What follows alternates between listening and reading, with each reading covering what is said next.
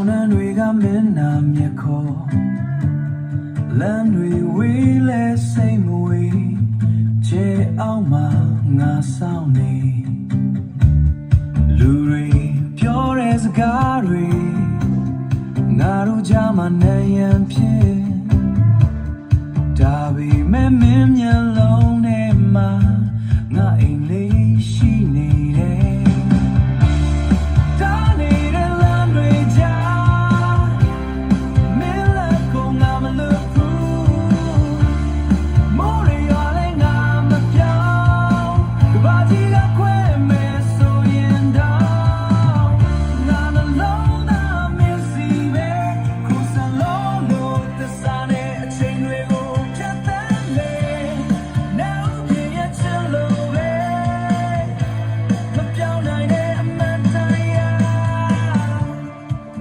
ညမှာချေတွေကြား